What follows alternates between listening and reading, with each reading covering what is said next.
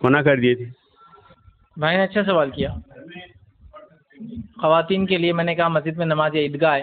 بھائی نے کہا کہ اس سے غلط ملط ہونے کے امکانات بڑھ جاتے ہیں، نظریں ملنے کے امکانات، فتنے کے امکانات بڑھ جاتے ہیں، اور عمر رضی اللہ عنہ نے جو ہے من کیا تھا. تو یاد رکھیے کچھ چیزیں اس میں ہیں جو ہم کو سمجھنے کی ضرورت ہے، جو غلط فہمیاں ہیں. پہلی چیز، عورت مسجد آ سکتی ہے، عورت عیدگاہ جا سکتی ہے نماز کے لیے. صرف اس وقت اس کو منع کیا جا سکتا ہے جب سماج میں بہت زیادہ فتنہ ہو، جس فتنے کی وجہ سے وہ کہیں بھی نہیں جا سکتی ہو. نہ اسکول جا سکتی، نہ کالج جا سکتی، نہ جو ہے درگاہ جا سکتی، نہ مال جا سکتی، نہ بازار جا سکتی، نہ کہیں نہیں جا سکتی کیونکہ فتنہ ہے. تو لہٰذا اس ماحول میں وہ مسجد بھی نہیں جائیں گی. پھر ہم نے کیا کیا، صرف مسجد اور عیدگاہ چھوڑ کر باقی اجازت ہمیں کہاں منع کیا. ایسا کوئی عالم ہے جو بول رہا ہے کہ مال میں عورتیں نہ جائیں؟ ہے ہمت کسی کی فتویٰ دینے کی؟ وہاں تو نظریں کیا نہیں مل رہا. آپ دیکھیے ایک ہی ایسکیلیٹر پہ چڑھ رہے ہیں اوپر، کوئی گر جا رہا ہے تو اس کو اٹھا بھی لے رہا ہے کوئی آ کر بھاگتے ہوئے. درگاہ کے اندر مرد وہاں بیٹھے، عورتیں سامنے بیٹھی ہے، کھانا کھا رہے ہیں، لباس پہن کے جا رہے ہیں کپڑے. وہاں کوئی کہہ رہا ہے کہ درگاہ پہ جانا عورت کا آرام ہے؟ ایک بھی عالم کہہ رہا ہے؟ نہیں کہہ رہا ہے.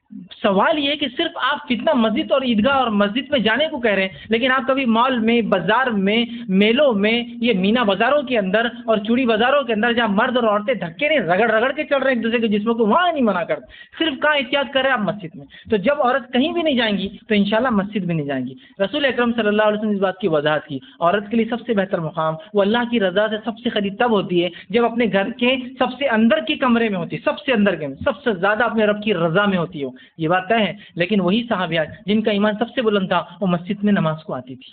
رسول اللہ کے سامنے آئی، آپ نے منع نہیں کیا، آپ نے ان کو آنے دیا. بلکہ ایک صحابی نے جب روکا تو آپ نے فرمایا اسے نماز کو آنے دو، اور اسی صحابیہ سے کہا لیکن تیرے لیے گھر کے اندر اس کے سب سے اندر کے کمرے میں نماز پڑھنا افضل ہے. اس لیے کہ عورت رب کی رضا میں سب سے زیادہ تب ہوتی ہے جب اپنے گھر کے سب سے اندرونی کمرے میں وہ ہوتی ہے. تو یہ بات تو اپنی جگہ ہے.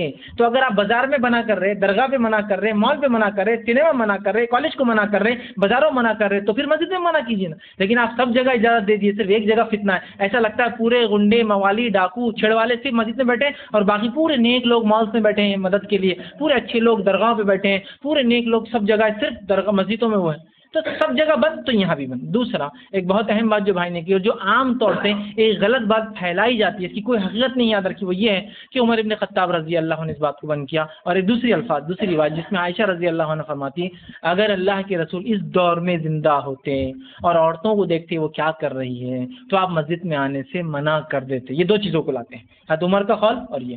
سب سے پہلی چیز، عمر ابن خطاب رضی اللہ عنہ سے کوئی قول ثابت نہیں عورتوں کو مسجد میں آنے کی ممانعت کرنے کا، کوئی قول ثابت نہیں ہے. حضرت عائشہ سے تو بھی ثابت ہے، کوئی قول ثابت نہیں ہے اور کوئی عمل ثابت نہیں ہے. یہ کیسے ہو سکتا ہے کہ خلیفہ ثانی عمر ابن خطاب بند کر دے مسجد میں عورتوں کا آنا، اور اس کے بعد بھی مسلسل عورتیں اس زمانے سے لے کر آج تک حرم میں آتی رہے، اور آج تک مسجد نبی میں آتے رہے، آج تک پورے جزیرہ عرب میں آتے رہے، آج تک افسوس کی بات ہے پورے دنیا میں آتی رہے سوا ہندوستان کو چھوڑ کر. آپ رشیا جائیے عورتیں نماز کو مسجد میں آتی ہیں، آپ امریکہ جائیے عورتیں نماز کو مسجد میں آتی ہے، آپ پورے خلیج ممالک جائیے عورتیں نماز کو مسجد میں آتی ہیں، آپ پورے افریقہ میں جائیے عورتیں نماز کو مسجد میں آتی ہے. آج بھی صرف یہ بر صغیر ہندوستان، پاکستان اور بنگلہ دیش میں شاید پورے غنڈے، موالی، چھیڑ چھاڑ کرنے والے، فتنے کرنے والے موجود ہیں. حالانکہ رسول اکرم صلی اللہ علیہ زمانے کا ایک واقعہ سنیے آپ، کیا سنگینی تھی اس واقعے کی. بات کے اقوال اگر ہوں گے بھی ثابت تو چھوڑیے، یہ سنیے اللہ کے رسول کے زمانے ہوا یہ. ایک عورت فجر کی نماز کو نکلی اپنے گھر سے، اور راستے میں ایک شخص نے اس عورت کو، اس صحابیہ کو کھینچ لیا، ایک گڑھے میں گرایا اور اس سے زنا بالجبر کیا. رسول اکرم صلی اللہ علیہ وسلم کی بات لائی گئی، آپ نے اس شخص کو جنہیں زنا بالجبر کیا اس کو سزائے موت دی، اور اس عورت کو بری، مطلب اس کو معصوم قرار دیا اور اس کو آزاد کر دیا. لیکن اس کے بعد کبھی یہ نہیں کہا کہ فجر میں عورت نہیں آئیں گے اس لیے کہ زنا ہو رہا ہے. فتنے کو روکا جائے گا.